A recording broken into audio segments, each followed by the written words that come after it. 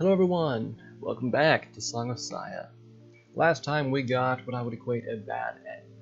I mean, we didn't die, but that's this sort of game. So, we went down the road, told Saya that, we wish we could take back our previous life and whatnot. So this time we're going to choose the other option. The option that we don't care about getting our stuff back, because we don't need it anymore, On that terrible day when I first opened my eyes after the accident, what would my answer have been? When I think back on this many years from now, will I wish that my answer today had been different? It doesn't matter. Here, at this moment, there's no doubt in my mind. Who was that? I asked Saya, looking at the unidentifiable pieces of the monster. 隣の家に住んでたおじさん。名前は知らないけど。Oh, so it was Mr. Suzumi. He was hardly a stranger. We've been neighbors for as long as I can remember. I'd go so far as to say we were on good terms before the accident. And now I've killed him with my own two hands. I feel little. Mr. Suzumi, the kindly painter who lived next door, is but a distant memory. The pieces of meat around me belong to a creature whose mere existence was nothing. Only by killing the vermin could I feel relief. He complained about my yard being filthy. The swine. It doesn't matter what Saya did. He wasn't worth keeping alive anymore. These are my honest feelings. My hands are wet with another man's blood, and yet I'm utterly calm. Now I know what I lost in the accident. Saya says that I can take it back, but I know that I cannot. It's gone forever, like the life of the man called Suzumi. Hey Saya, no doctor could possibly fix my condition, you know? Fuminori? You can do what no human is capable of. You're not human, are you? Oh. Saya looks away, her expression unreadable. Everything is monstrous and loathsome in my eyes. Everything but Saya. I thought that she was somehow unique. I was wrong. I see her just as I do everything else, as something other than what she really is. But why should that surprise me? Saya is part of my world, just as I am of hers. It doesn't change what we are to each other. I stand and walk over to Suzumi's dismembered corpse. I read this manga once, about a man who had recovered from an accident only to find that he could no longer see the world as it was. Kind of like me. I finally realized that even though the stench of these monsters' flesh turns my stomach, their blood and guts smells pretty good. In fact, I know this fragrance quite well. He saw people as rocks and robots as beautiful women. And so he fell in love with something that wasn't remotely human. I retrieved the cleaver, picked up a piece of Suzumi's body, and started removing the skin and tendons.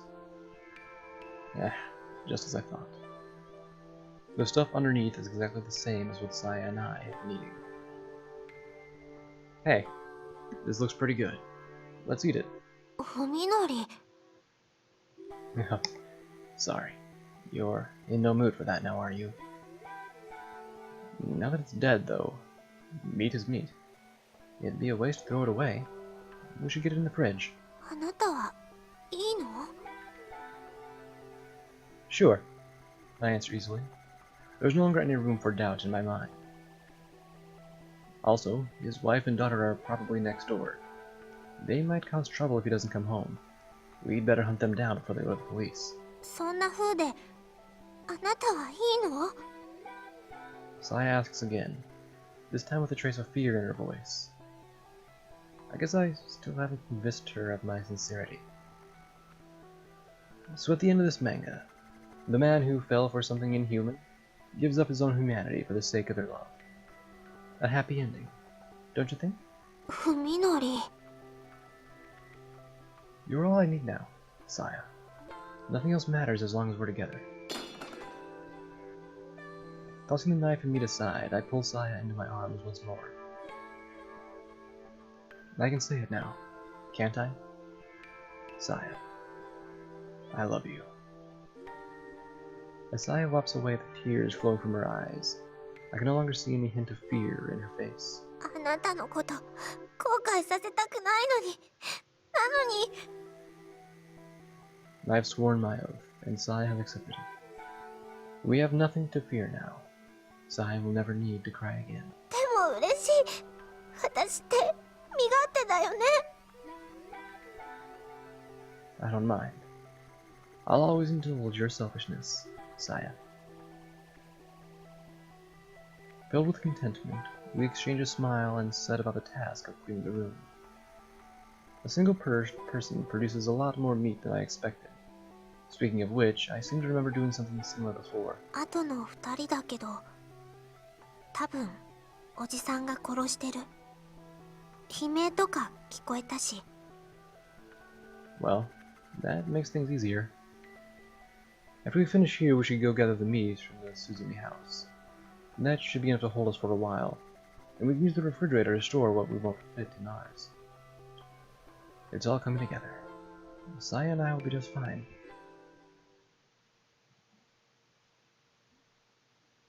この写真知ってる？ After we finish our labors and get into bed, I show Saya what I found at the Ogai house. この1枚見覚えがあるよ。 The photograph that Saya has selected is one with a Tochigi Prefecture address on the back. That's a house, right? I see trees and mountains? そう。文則すごいね。写真も見られるようになった？ A little. At the outset of my ordeal, I had to depend entirely on my sense of distance to decipher what I saw. The houses in front of me, the mountains far behind them, the clouds high above. Only distance and scale told me what they were. Photographs and other flat images used to be nearly impossible to make out. Recently, however, I've gotten better at understanding what things are by their shape. I know what the mountains and sky look like, for instance, and how to tell them apart from distant buildings. Each of the 3 pictures shows a similar scene, a lone house in the middle of a thick forest. パパはね、別荘だって言ってた。ここに。 Judging by the address on the back of each photo, they probably are excellent places to hide from prying eyes. But why 3? The dates are pretty old, and it seems odd that they are all taken within a few days of each other. Maybe he was scouting properties, looking for the perfect location for his hideaway. Saya recognizes only one of the houses, so that must be the one Ogai picked. Checking the location on the road map of the Kanto area, I find that it's about 3 hours out of Tokyo by car. Do you think your father will be there? 電話してみたけど出なかったよ。多分。 He might have stopped by recently. The way I see it, our only hope of finding the guy is following whatever lead we have, no matter how small. The possibility that his hideout will yield some information may be low, but it's not zero. I think I'll check that place out tomorrow. Saya pouts. I wasn't expecting her to object. でもここ遠いんでしょ？ It'll only take about half a day to go there, check it out, and come back. その間、さやはお留守番なの？ So that's what it is. Slightly exasperated, I smile and rub Saya's forehead. Be a little patient, okay? I want to find your father too, don't you? うん。 After a brief silence, during which her expression is hard to decipher, Saya looks up at me and says, ねえ、文則。パパのことはもういいよ。 Huh? That's the last thing I expected to hear from her. Forget about him. He's your father. Aren't you worried? いいの。私にはもう文則がいるし。 Saya says, coming closer to feel my warmth. パパって言っても本当の意味でのお父さんっていうわけじゃないの。さやのことを教育してくれたし、ある意味では愛してくれてたのかもしれないけど、でも文則の方が優しくてあったかい。Saya's words make me happy, but I also hear the loneliness in them. Are you really alright with that? うん。文則は嫌？ I do, but I also want to meet Dr. Ogai. Having finally figured out how to explain my feelings, I continue. I want to get to know you better. If there's someone who knows more about you than I do, I have to meet them. そうなんだ。 Saya doesn't seem upset, but she does tilt her head quizzically, as though my thoughts are strange to her. And I also want to... yeah. I'm going to check it out tomorrow. Another plan has started to form in my head, one centered from the search for Ogai. If I find the doctor there, great. If I don't, well, I think I can find another use for his mounted retreat.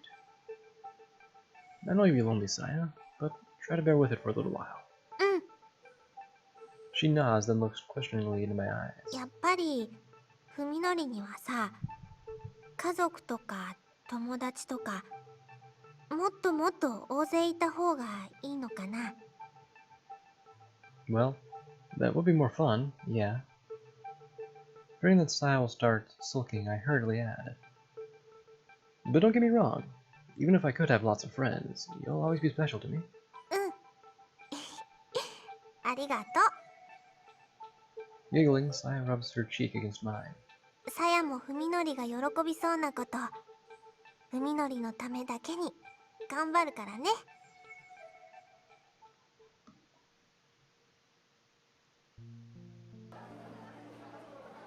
Today, all of Koji's classes were in the morning.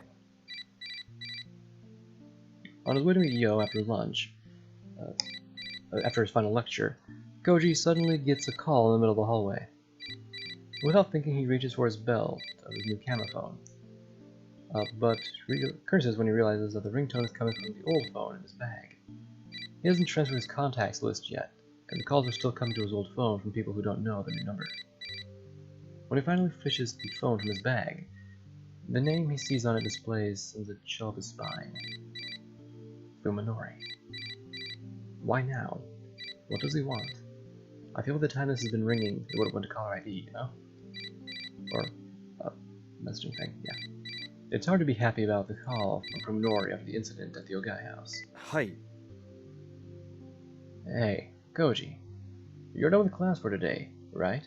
Ah, Of course Fuminori would know that Koji is free on Thursday afternoons. I need to talk to you about something. Can you come to the parking lot? 今すぐにか。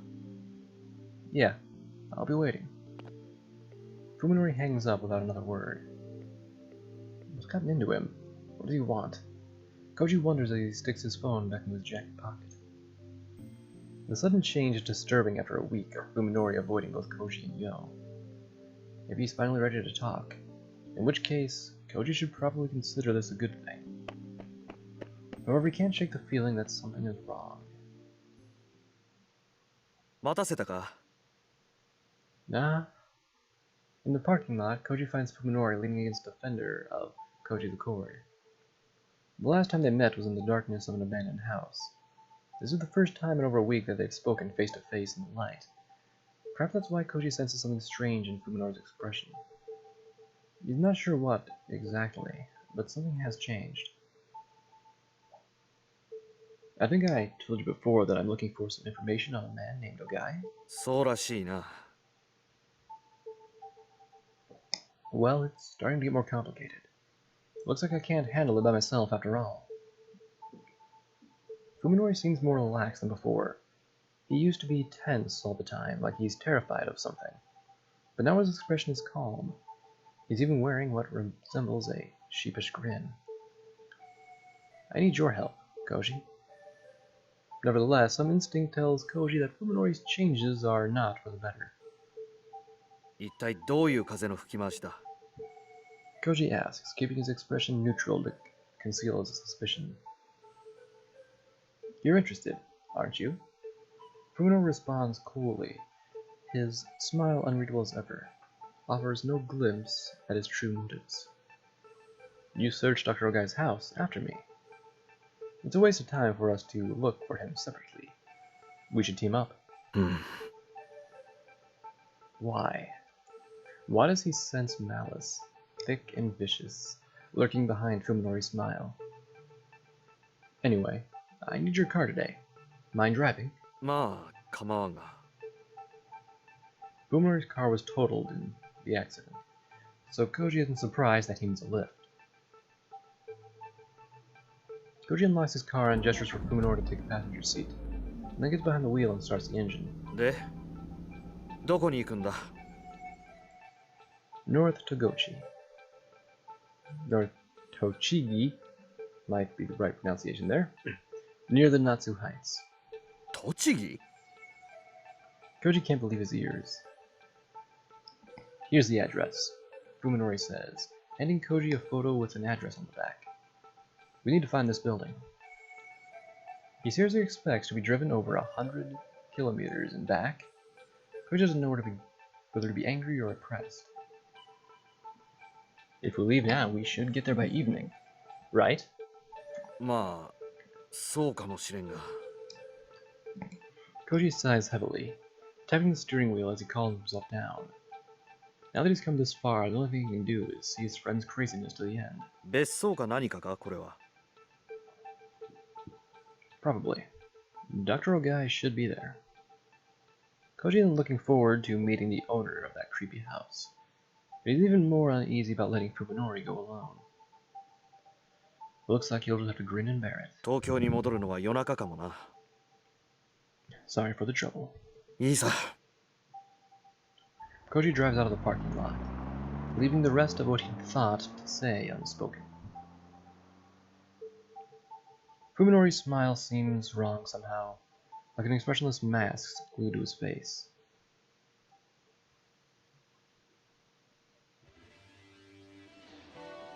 Yo finds herself sitting alone in the cafeteria, searching for a familiar face as her lunch cools on the table in front of her. She was hoping to see Koji today, but he must have had other plans. That wouldn't be at all unusual. Normally, Omi, Fuminori, and Fuminori would pick up the slack. But Omi and Fuminori aren't here anymore. Yo puts down her chopsticks, her appetite ruined by the lack of company, and by the anxiety eating at her. Omi is missing, Fuminori has turned on her, and she has no idea why. If Koji were here, she could count on him to distract her with some idle conversation. Now that she's all by herself, Yo becomes keenly aware of how little tolerance she has for loneliness. She begins to feel paranoid, like the whole world is plotting to take from her everything that she cherishes. What's going on here? Where has Omi gone? Is Fuminori really unrelated to her disappearance? Or is he the key to this mystery, as Koji and Dr. Tanbo suspect? Yo recalls the events of last Thursday, alone and without an outlet for her pain after Fuminori verbally eviscerated her. Yo was lucky enough to run into Koji. Although he could hardly make her problem go away, her kindness was a comfort. At the same time, Omi was on her way to Fuminori's house, and she hasn't been heard from since. Yo has only been aware of Fuminori's correction to Omi's disappearance since yesterday, but Koji revealed it through the truth during their visit to the hospital. What if a new possibility occurs to her? A reason why Omi suddenly decided to visit Fuminori. What if it hadn't been a coincidence that Yo ran into Koji that day? What if Koji and Omi had known that transpired between her and Fuminori, and had decided to act separately? Omi might have seen the confrontation in the courtyard. She might have been eavesdropping. It's not unthinkable.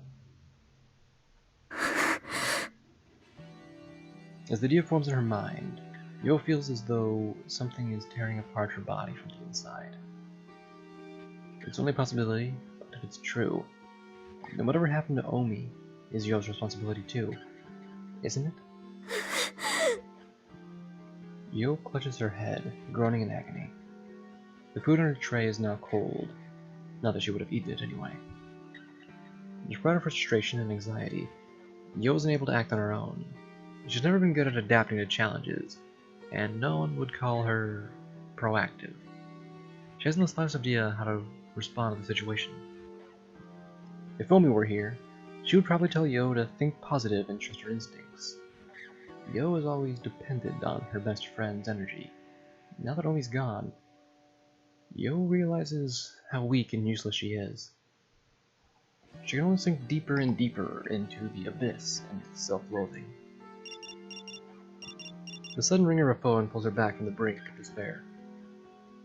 It's a text message. There's no title and the sender is... オミちゃん Yo cries out in shock. The message itself is more baffling. If you want to know about Saka Fuminori, come to his house alone. Tell no one. The message bears no trace of Omi's personality, but Yo can't deny that it was sent from her phone. She takes a deep breath to calm herself before typing her reply, taking care that excitement doesn't cause her fingers to slip. Is that you, Omi? Where are you? Yo presses send. The screen shows that her message was received. As she waits for a reply, her mind is filled with questions.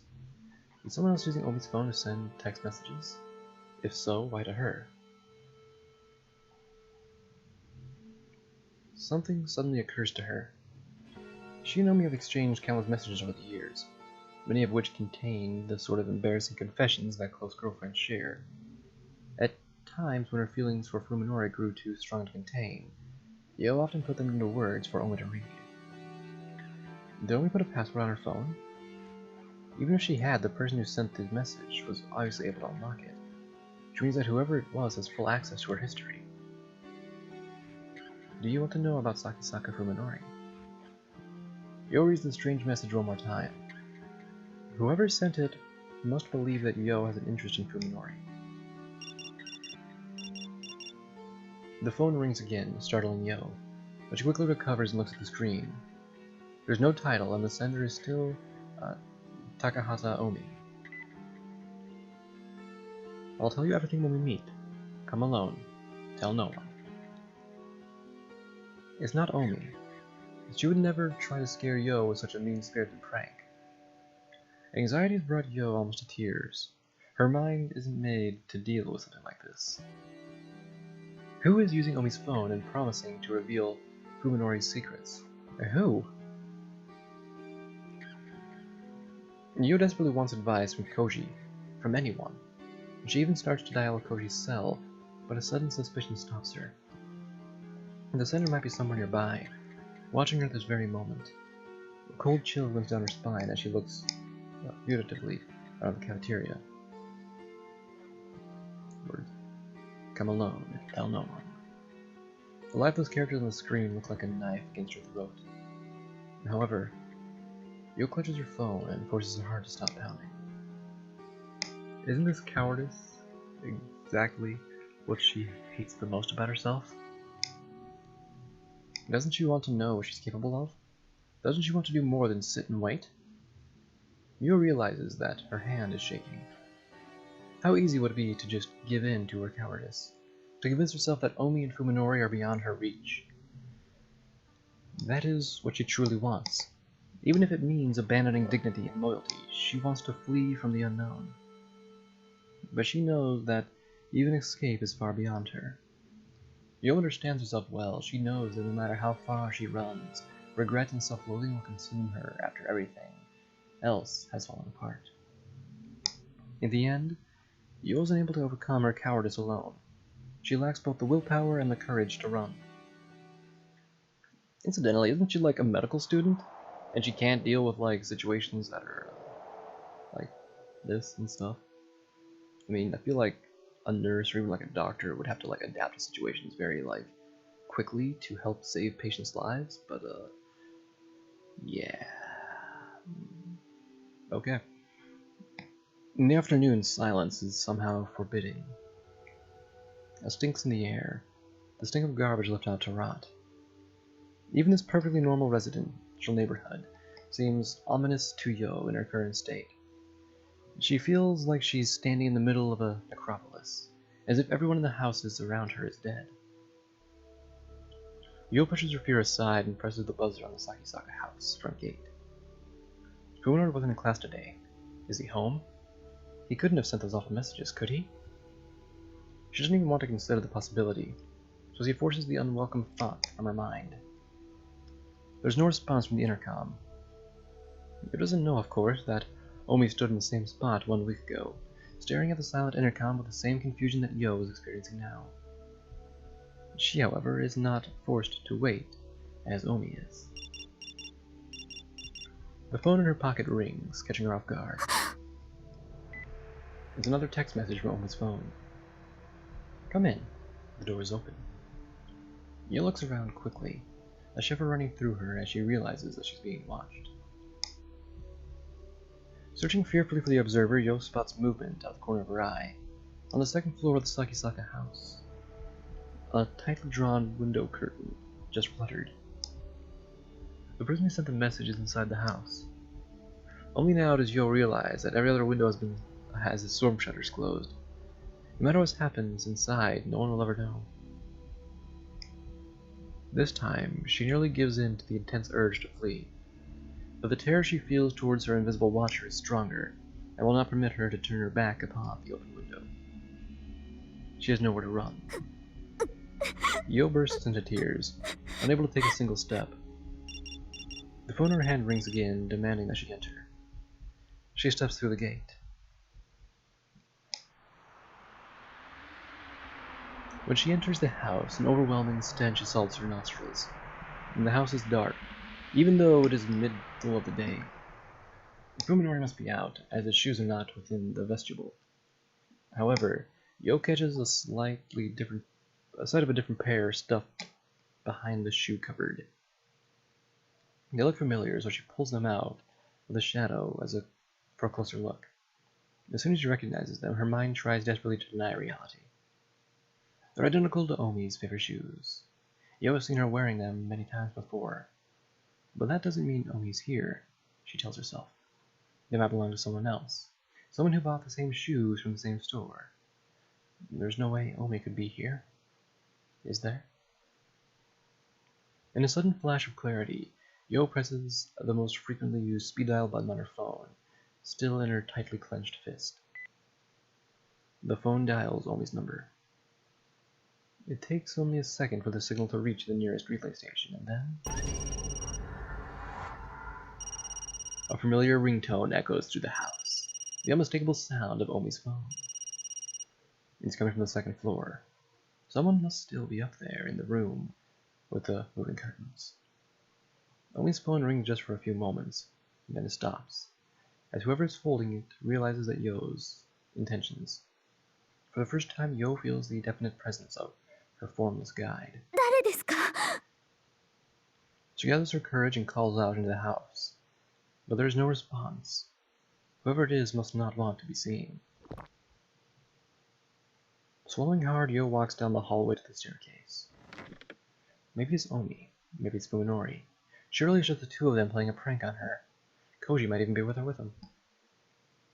Yo's mind filled with comforting images of her friends. She needs to believe that there's still hope. Otherwise, she could not take another step. オミちゃんだよね。咲坂くんだよね。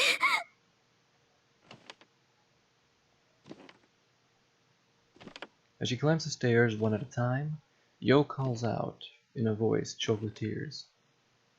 When they see her sobbing, they'll probably laugh at her. Let them. It'll be the happiest moment of her life. She just wants this torment to end. She tries to move faster, but her trembling legs will not let her. With each agonizing second that passes, she begs for release from this nightmare. After climbing what first seems like an eternity, Yo finds herself standing in the second floor hallway.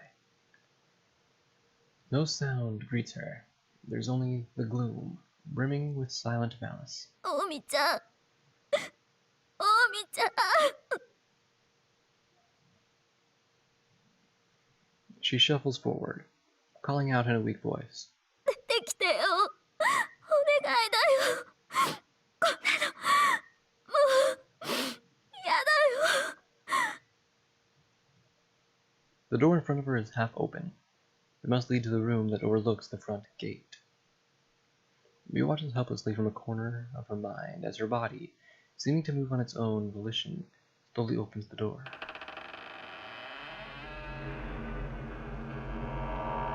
The room is empty. The damp, stinking air clings to Yo's skin. She is at her limit, unable to take a single step more. Her spirit has been utterly crushed. Perhaps this is the moment her tormentor is waiting for. Something grabs Yo's arms from behind. Something flexible and strong, like slime-covered rubber. As the thing binds her limbs, finger-like appendages tear roughly through her blouse and force their way inside. Yo screams at the top of her lungs, amazed that she still has the strength to do so. Responding to her distress, primal energy surges through her body as she flails wildly to free herself. However, the grip of the thing behind her remains unbreakable. With escape impossible, Yo can only scream louder as something cold and wet slips under her bra and wraps itself around her breasts.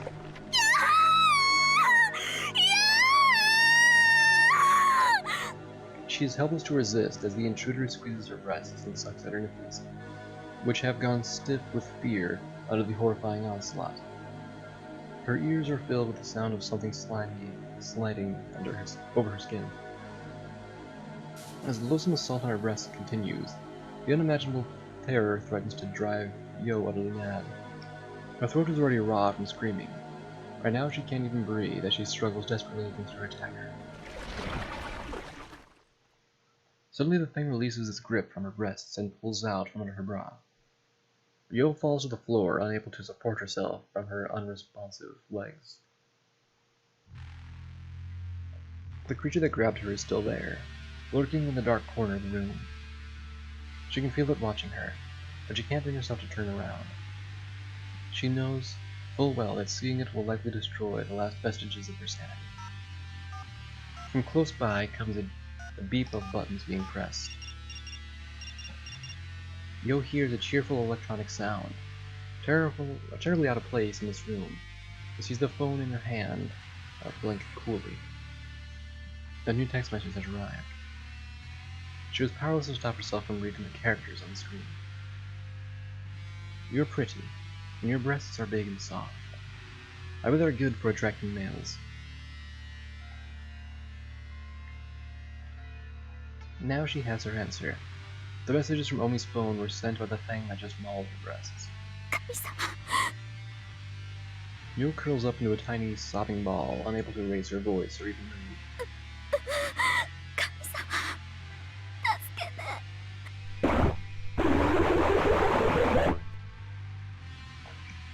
The creature makes a burbling sound.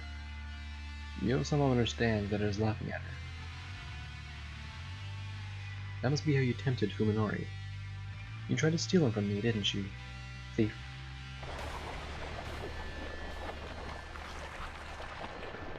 Indeed. Something cold seizes Yo's ankles, then travels slowly up her legs until it has covered her entire lower body. Some primal instincts tell her exactly what's going to happen. She'll be raped, powerless to resist a fate worse than death. She pleads feebly, even though there's no hope that the creature will be merciful.